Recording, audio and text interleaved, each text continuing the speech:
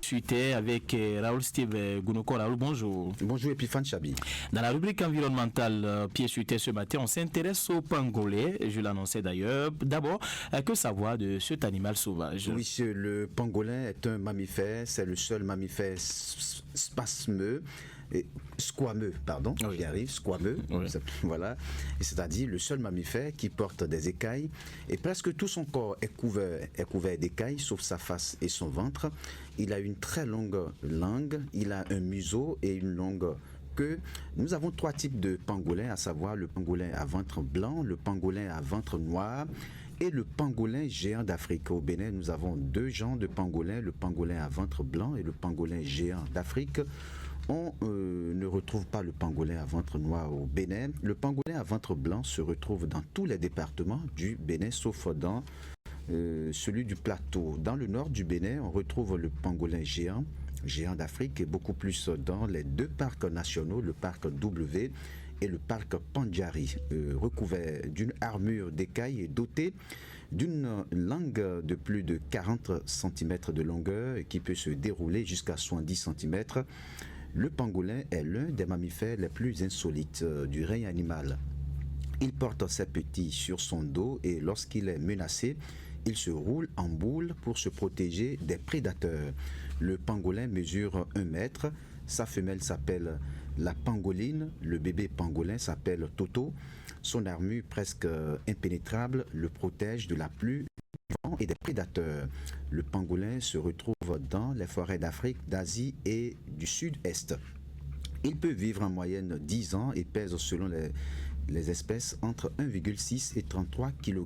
Le pangolin, selon les spécialistes, voit mal et entend difficilement, mais grâce à son odorat très développé, il repère très vite ses proies. Alors, les pangolins sont très recherchés.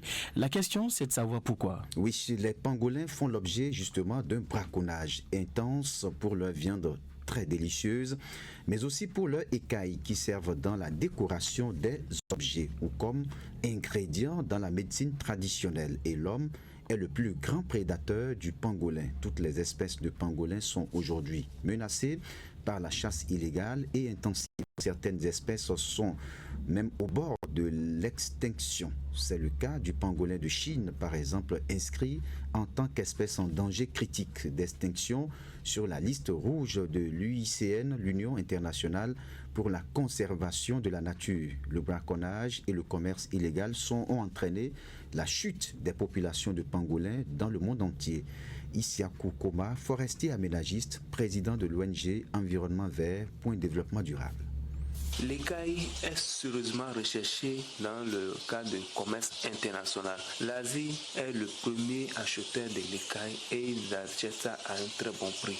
Donc les chasseurs, eux, à la quête de gains quotidiens, ils préfèrent chasser le pangolin et ils retirent l'écaille qu'ils exportent à l'international. En dépit de ça, pour les praticiens, le pangolin est d'une très grande utilité. Ça soigne beaucoup de maux. Pour les chasseurs, non seulement ils le chassent pour les écailles, mais ils le chassent aussi pour l'alimentation. C'est une bonne viande qui a une très grande quantité de protéines, donc tout comme tout animal sauvage. Donc à cet effet, réunit tous ces paramètres que nous avons dit tout à l'heure, que ce soit le commerce international illicite, l'utilisation des organes, la consommation de la viande, fait que ce que l'animal est sérieusement traqué et le braconnage est beaucoup plus accentué à ce niveau.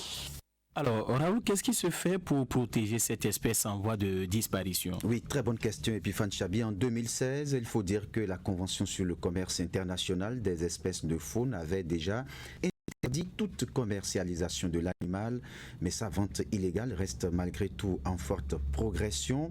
Les espèces asiatiques de pangolins sont devenues rares. Elles sont désormais classées au mieux en danger et au en danger critique d'extinction par l'UICN. Le marché noir s'est donc tourné vers les espèces. Cela suppose qu'en Afrique et au Bénin, nous devons suffisamment mettre de moyens pour éviter de traquer ces animaux. Isiakou Koma, forestier aménagiste, président de l'ONG EVED, fait quelques rappels. Il faudra d'abord savoir, lorsque quelqu'un sera en détention de cette espèce, quelle sera la sanction que la personne court. Mais ce qui est sûr, la sanction est déjà prévue dans les tests par rapport à celui qui va détenir.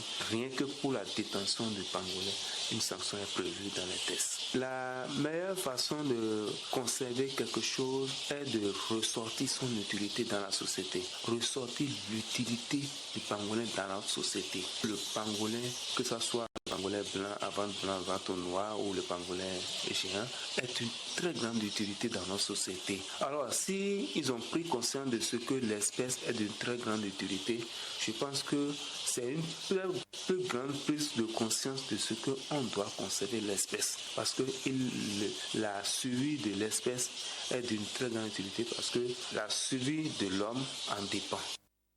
Il faut dire que l'importance que le monde accorde à cet animal a obligé justement les experts et la communauté internationale à consacrer une journée au pangolin. C'est ce jour, c'est le 18 février de chaque année.